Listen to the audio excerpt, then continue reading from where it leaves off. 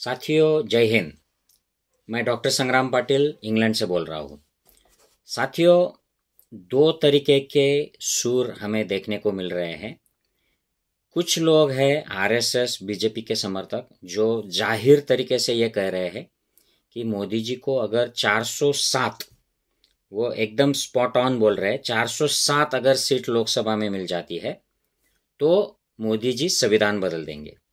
वो संविधान कैसा रहेगा उसकी भी मैंने एक इंग्लिश पोस्ट देखी कि उसमें ये मुसलमान, दलित, आदिवासियों के जो आरक्षण है, इनके लिए जो सुविधाएं है, ये अलग अलग डिपार्टमेंट्स है, खास करके मुसलमानों पर जोर दिया गया है। उनकी वो जो पोस्ट जो फैलाते हैं अंधभक्त लोग व्हाट्सएप मीडिया द्वारा।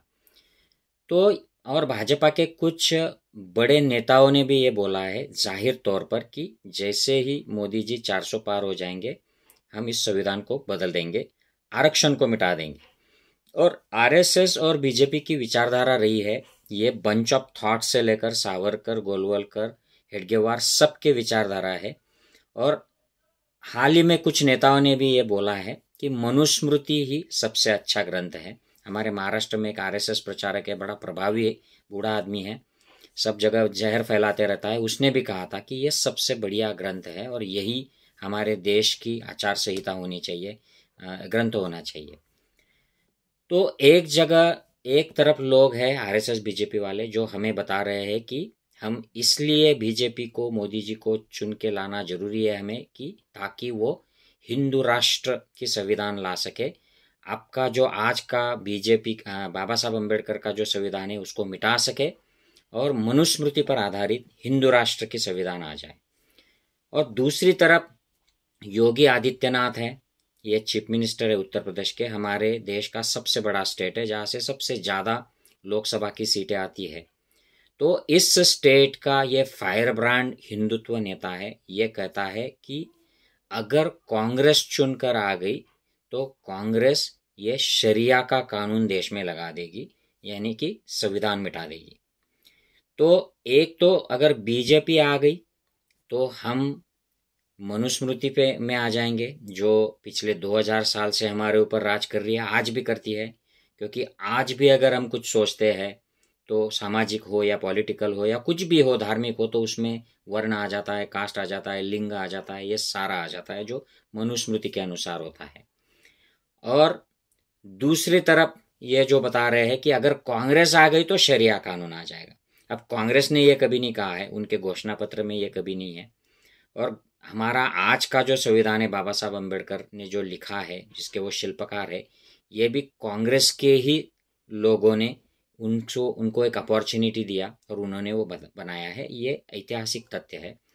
बाबा साहब अम्बेडकर और शुरू में नेहरू, गांधी, पटेल, इन लोगों में कुछ मनमुटाव हुआ था, उनके कुछ पॉलिटिकल डिफरेंसेस थे, लेकिन बाबा साहब अम्बेडकर को कांग्रेस की गवर्नमेंट में, उस वक्त की जो इंटरिम गवर्नमेंट थी उसमें कानून मंत्री बनाया गया था।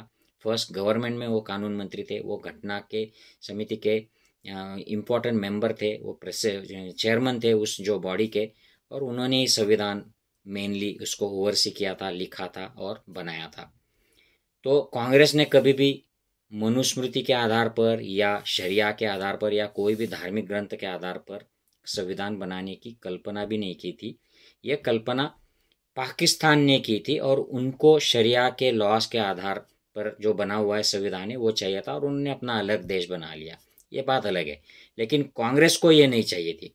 जब पार्टीशन हो गया और देश आज़ाद हो गया तो उस वक्त आरएसएस, हिंदू महासभा को मनुस्मृति का रूल चाहिए था, लेकिन कांग्रेस को वो कभी नहीं चाहिए था। कांग्रेस को सेक्युलर कॉन्स्टिट्यूशन ही चाहिए था। और 70 साल का जो राज हुआ, जिसमें 55 से 60 साल तक कांग्रेस का राज रहा, उस राज में कांग्रेस ने कभी भी संविधान को इस तरीके से छेड़छाड़ करने का कोई प्रयत्न नहीं किया, कोई इरादा भी जाहिर नहीं किया। उन्होंने संविधान में लगभग 70 से 80 दुरुस्तियाँ की जो बाबा साहब अम्बेडकर के संविधान में जिसकी प्रोविज़न है, टाइम के अनुसार, परिस्थिति के अनुसार आप संविधान में दुरुस्ती कर सकते हैं, करेक्शन कर सकते हैं, एडिट कर सकते हो, वो उन्होंने किया। लेकिन संविधान का मूल ढांचा बदलने का या सेक्युलर कॉन्स्टिट्यूशन से हिंदुत्ववादी कॉन्स्टिट्यूशन बनाना या इस्लाम के आधार पर बनाना या जो हमारी पार्लियामेंट्री कंस्टिट्यूएंसी है उसको बदल कर प्रेसिडेंशियल डेमोक्रेसी बनाना, ऐसी कोई भी ज़रूरत कांग्रेस ने नहीं की। लेकिन अब योगी आदित्यनाथ बता रहे हैं कि कांग्रेस आ गई तो ये शरिया का लॉ ला लेंगे। ये बिल्कुल झूठी बात है। ये कोई उनका वादा नहीं है या उनका एजेंडा नहीं है, उनके घोषणा पत्र में नहीं है, और उनकी ये अगर हम पास्ट हिस्ट्री देखें तो उनका ये चरित्र भी नहीं रहा है। लेकिन आरएसएस बीजेपी का चरित्र ये रहा है शुरू से, 1925 से जब से वो बने हैं आरएसएस के द्वारा या हिंदू महासभा के द्वारा, उनको मनुस्मृति चाहिए। ये उनका ओपन एजेंडा है, उनकी किताबों में भी ये लिखा हुआ है। तो मेरा ऐसा मानना है कि हमें ना शरिया चाहिए, कि जो पॉसिबल ही नहीं है। इस देश में इतने बाहर के रूलर्स आए, इमाइग्रेंट्स आए, उन्होंने इन्वेजन किया, रूल किया, फिर भी जो यहाँ के जो बहुसंख्य लोग थे, मेजॉरिटी लोग थे, उनके धर्म वही रहे, जिनको जो पालना था वही किया। जो इस्लाम में चले गए वो इस्लाम उन्होंने पाला। ये सत्ताएं नष्ट हो गई, मुग़ल साम्राज्य चला गया, ब्रिटिश साम्राज्य चला गया, और जब इंडिया इंडिपेंडेंट हुआ तो ये सेक्युलर कंट्री हो गया, और सबको अपना अपना धर्म संप्रदाय मान्यता पालने का, यहाँ तक कि न मानने का भी राइट इस कॉन्स्टिट्यूशन ने दिया है। तो हमें न शरिया चाहिए न मनुस्मृति चाहिए, हमें यही बाबा साहब अम्बेडकर वाला कॉन्स्टिट्यूशन इसको बनाए रखना है। और इसको अगर बनाए रखना है तो जो इसको बदलने की ज़रूरत करते हैं, इसकी बात करते हैं, इसको सोचते हैं बदलने का, उनको हमें सत्ता से दूर रखना पड़ेगा। और आप जानते हो ये कौन लोग हैं जो कॉन्स्टिट्यूशन के खिलाफ है, हमारी राज्य घटना के द्रोही है, ये आप लोग जानते हो। इन्होंने 1947 से लेकर जब कॉन्स्टिट्यूशन बन गई थी 1951 ने, तब से लेकर राज्य घटना का विरोध किया है, और वो आज भी राज्य घटना के द्रोही है। इनको हमें सत्ता से बाहर रखना है। जय हिंद, जय संविधान साथियों।